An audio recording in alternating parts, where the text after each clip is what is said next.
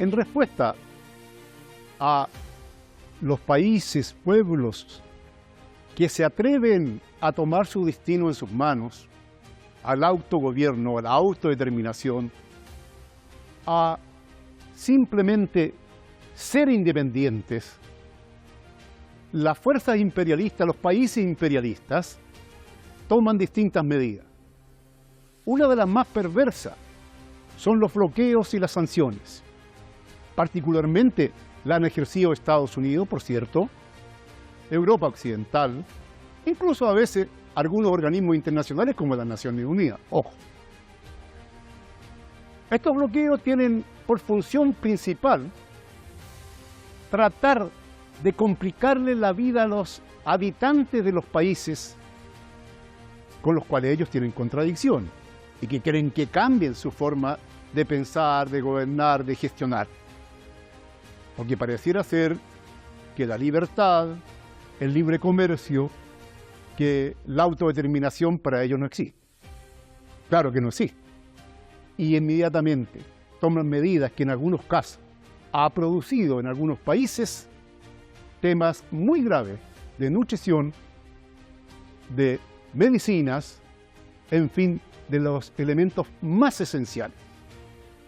Es decir, a quien se castiga en definitiva es a los pueblos quienes reciben las sanciones. Los gobiernos que han sido sancionados constantemente se han fortalecido en relación a su población y han cambiado el modelo de desarrollo de tal forma que, como decía el gran dirigente chino y fundador de la República Popular China, Mao Zedong, los reaccionarios levantan la roca en sus manos a tal medida que cuando la tienen en alto se les cae en sus propios pies. Y se convierten las sanciones en algo negativo para quienes la han llevado adelante. Así tenemos, por ejemplo, que de los 17 países que hoy día están sancionados, más empresas e individuos, personas particulares, algunos se han fortalecido a tal nivel como es la República Popular Democrática de Corea, que tiene sanciones desde 1950. La República de Cuba, que tiene sanciones desde 1960 y casi totales desde 1962. Y la República Islámica de Irán desde 1979. Bueno, también tenemos a Venezuela.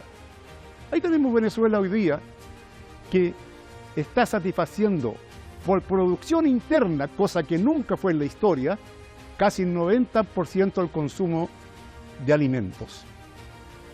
Los países sancionados, Nicaragua, Rusia, fortalecen su construcción interna, su mercado interno, su industria interna, de tal forma que avanzan científicamente, militarmente, se profundiza la independencia y la soberanía. Le ha salido al revés al imperialismo. Es verdad que se ha tenido que pagar un costo y lo han hecho pagar a los pueblos, a todos los habitantes del país que está sancionado. Es la locura del imperialismo. Esa cosa fantasiosa es de someter al otro por el hambre. Eso hacen los gringos, eso hacen los norteamericanos. Pero se les va en contra. Hoy día, la Franja de Gaza, los gazatíes, son los más sancionados del planeta. No se le permiten que ingresen ni siquiera medicamentos, agua ni nada. El sionismo y su padrino, el imperialismo norteamericano, es quien lo lleva adelante. Los pueblos son sabios, perseveran en el camino de la independencia y la soberanía. Las sanciones han demostrado ser un fiasco al final del día. Esto es Negro y Blanco por Hispan TV. Soy Eduardo Artés.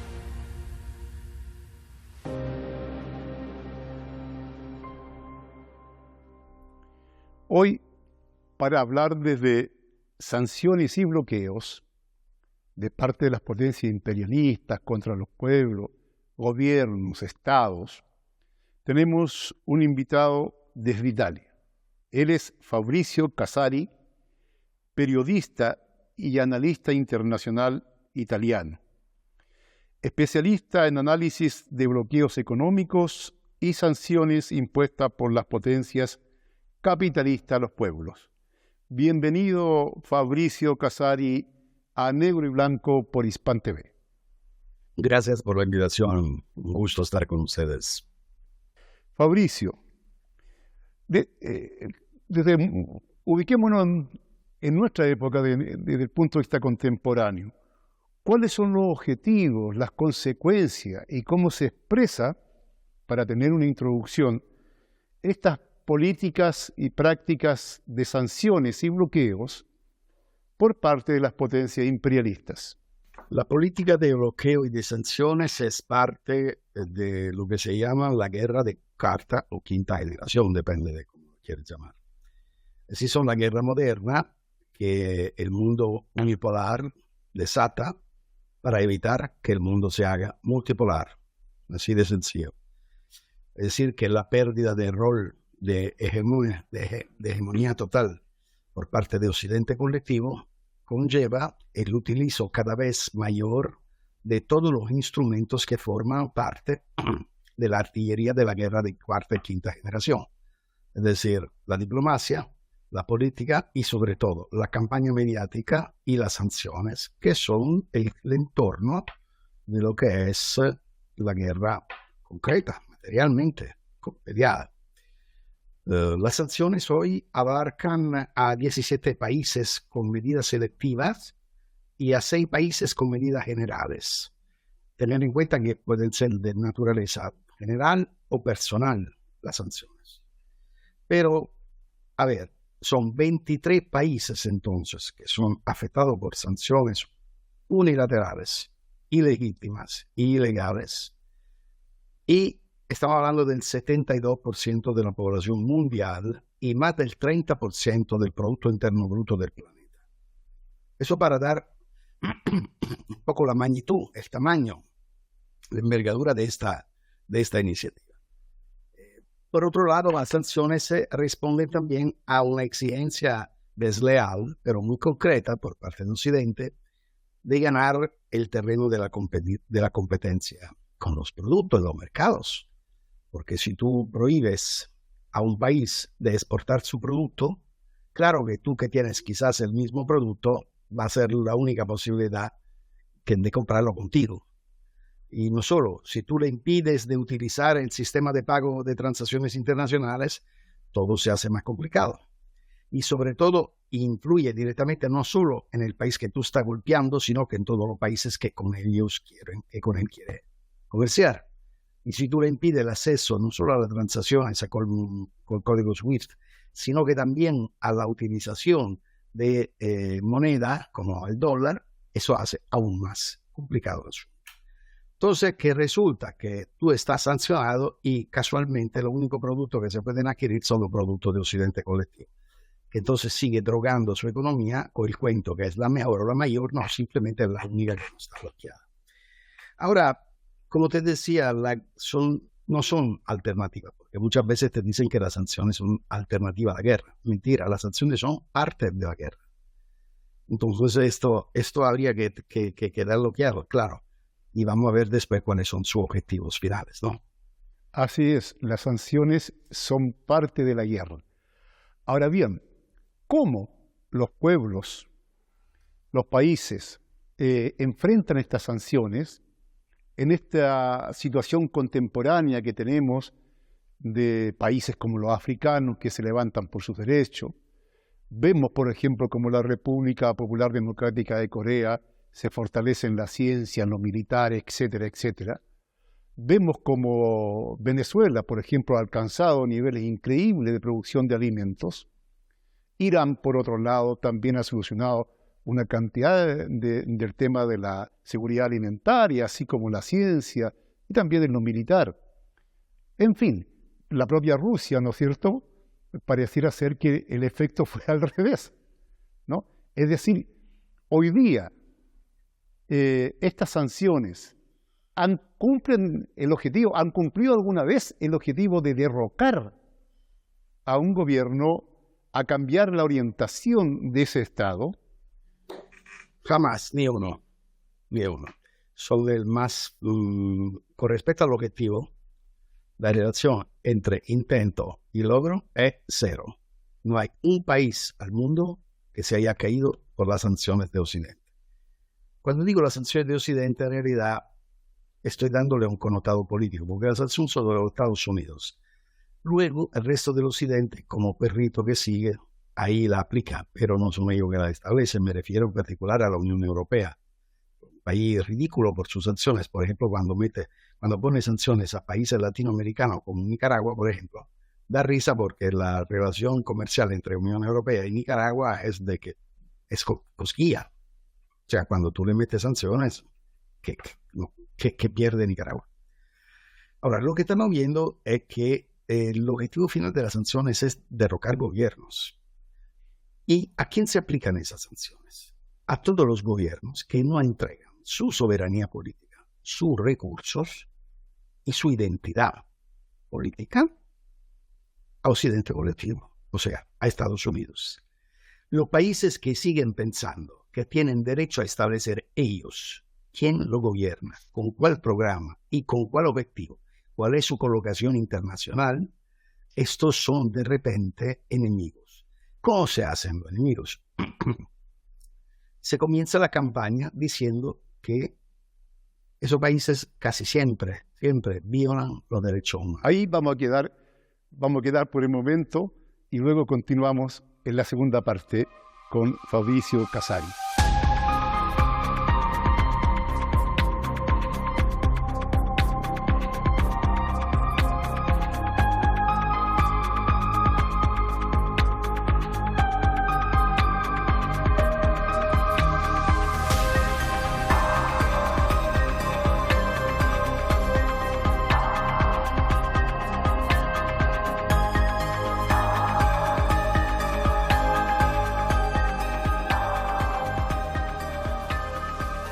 Volvemos, estamos acá con Fabricio Casari sobre sanciones y bloqueo. Estabas exponiendo tú, desarrollando justamente una argumentación para explicar. Adelante, por favor, Fabricio. Sí, lo que decía es que no haya habido ni un gobierno en el mundo que se haya caído a causa de las sanciones de los Estados Unidos o de Occidente colectivo. Y no hay ni un gobierno que se caerá por eso. Es decir, que es un juego a suma cero el que se hace, y entre los esfuerzos para golpearlo y el logro de no golpearlo es en total pérdida por los Estados Unidos. Incluso son sanciones ilegítimas porque no están decretadas por ningún tribunal internacional o por las Naciones Unidas, que son los únicos organismos habilitados por sancionar. Ilegales, porque no están emitidos tan siquiera por tribunales, sino que por oficinas administrativas del ministerio, es decir, que son política y no jurídica, y injusta, porque nada tiene que ver, sobre todo las sanciones cuando son destinadas en general, nada tiene que ver la población con el objetivo político del gobierno que te pueda caer o no caer. Pero la verdad es que golpean a los gobiernos que no entregan su propia soberanía política y su propio recurso en la mano de los Estados Unidos, y que no están dispuestos a canchar su establecimiento de línea política y de lugar dentro del enfrentamiento general internacional a cambio de no recibir sanciones. Esto inmediatamente se vuelven hostiles para los Estados Unidos, que comienzan a decir que violan los derechos humanos y luego que representan una extraordinaria y inusual amenaza por la seguridad nacional de los Estados Unidos. ¿Por qué dicen esto? A pesar que quizá el país se encuentra a 30.000 kilómetros más allá, lo dicen porque para que se muevan una serie de pronunciamiento administrativo para después efectivamente tratar de robar lo más que se pueda con eso, deben tener esta justificación política. De lo contrario, la misma ley de los Estados Unidos no le permite hacerlo. Entonces, el asunto es, ¿puede que el 72% de la población mundial reciba sanciones por el 25% de la población mundial? ¿Puede funcionar un sistema como eso? Claro que no, y no funciona. Puede que el 30% del Producto Interno Bruto, casi el 32%, digamos, por ciento del Producto Interno Bruto, hoy se vea bloqueado porque el que detenía antes el 60 y que ahora no alcanza ni el 40 del Producto Interno Bruto del mundo, decide de bloquearlo. Entonces estos son los interrogantes que todos los juristas y todas las personas decentes en el mundo se preguntan. Pero, además que esto, para cerrar el discurso, hay también el efecto boomerang de las sanciones. Porque ¿qué es lo que pasa? Que del momento que algunos países son sancionados, lo mismo Estados Unidos, la misma Europa, formalmente, no le puede vender productos. Y entonces lo que se produce queda almacenado, podrirse. ¿Por qué? Porque estamos hablando, como repito, del 72% de la población. Entonces, si tú sabes que ya con el 72% de la población no puede tener comercio, no puede vender ni comprar, tu producción está reservada nada más por el 28% del planeta, que es muy, muy poco. Y entonces tu economía va a crecer muy, muy poco, posiblemente va a decrecer. Entonces, obviamente esto formalmente, porque Estados Unidos ha enseñado en la historia que por un brazo te sancionan y por otro lado negocian. Solo le hago un ejemplo. Han dicho que iban a ser la más grande, la más dura de la historia de las sanciones contra Rusia. Aparte del resultado por el cual Rusia es hoy con un crecimiento de su Producto Interno Bruto mayor que la Unión Europea, que dijo que iba a acabar con Rusia, que se iban a morir de hambre. Pero sin embargo, aparte de eso, el petróleo y el gas que llega aquí en Europa, que ya no puede venir de Rusia, igualmente viene de Rusia, solo que pasa por otros países que por el hecho de hacer de pasaje te cobran una cuota más. Entonces tú tienes el mismo petróleo que antes, solo un poco menos de cantidad, lo paga mucho más que antes, y dependes ya no de un país, sino que 3 o 4. Y el gas que tenía que recibir de los Estados Unidos, el gas líquido, el GPL, tienes de una cantidad muy escasa, insuficiente completamente para Europa, y mucho más cara de la que te daba Rusia. Entonces, uno dice, ¿quién es este genio que del centro del cuarto decisional del imperio unipolar decide semejante estrategia idiota? Una estrategia idiota, como dices tú, Fabricio. De cualquier manera, los países han logrado grado de industrialización, de satisfacer con sus productos internos la seguridad alimentaria, desarrollarse en esas líneas, como consecuencia también de las sanciones. Es decir, es una complicación. Por otro lado, hay un fenómeno muy interesante, que es la coordinación, la unidad, la cooperación entre los países sancionados, que también es una forma de resistencia y de construir un espacio distinto. Mira, los países sancionados, además, ocupando la inteligencia, muchas veces burlan todas las sanciones. Ya, yo me recuerdo, yo he estado en la República Popular Democrática de Corea, y ellos burlan más de alguna sanción, sin duda. Y me recuerdo cuando existía Albania socialista, estuve ahí el año 76 y el 86, tenían grandes empresas que producían paños, telares, mucho. Y todos al final salían al mercado y estaban en el mercado con la etiqueta Made in Italia. ¿Ya? Es decir, de cualquier manera, las sanciones y los bloqueos, los pueblos tienen la capacidad para superarlos. ¿Qué experiencia tú ves aquí en el desarrollo desde los pueblos para enfrentar y superar estas sanciones? La cuestión es incrementar, aumentar, agigantar, diría, la relación sur-sur. Es decir, el norte tiene que ser la relación sur-sur. Intercambiar productos hoy está permitido con mucha más facilidad por cualquier país alcanzar el nivel de producción de bienes y servicios y de calidad tecnológica suficiente con respecto a lo que fue hace 20 años. La política del imperio es estúpida, incluso porque no tiene en cuenta que mientras antes, hasta hace 15, 20 años, había un intercambio entre recursos y know-how tecnológico. Hoy los dueños de los recursos ya no necesitan know-how tecnológico. En primer lugar, porque algunos países han ido súper adelante con su desarrollo tecnológico. En segundo lugar, porque donde eso no llega, están países dispuestos a darlo, como China, Rusia, como el mismo Brasil. Entonces, ¿qué amenaza es? ¿Dónde está la lógica del intercambio? Yo intercambio, si tú me pagas los precios de mi producto que el mercado internacional le asigna, y no intercambio si a ti no te parece. Pero la idea que tú me bloqueas, estás loco. Mira, bloquearon el petróleo y el gasducto de Rusia hacia Europa. Como ya te dije, llega igual a Europa. Nada más que pasando por Turquía o por Azerbaiyán, llegando a Argelia y regresando acá. ¿Qué ha hecho Rusia? Antes tenía solamente un socio comercial muy fuerte, que se llamaba Unión Europea, Alemania en particular, pero Unión Europea. Y tenía dos gasductos que podían ir rápidamente y directamente a entregar el petróleo. Pero lo vendía el gas, sobre todo, a un precio sumamente barato, por razones políticas. Ahora vende a un precio menos barato a India y a China y a otros países más, como Pakistán, que antes no compraban.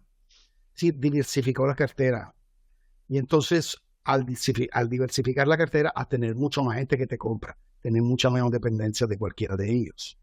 La realidad actual donde se comienza a negociar en las monedas nativas, ¿no? Donde hoy día la India con la rupia, Rusia con el rublo, China con el yuan, etc. ¿Ya?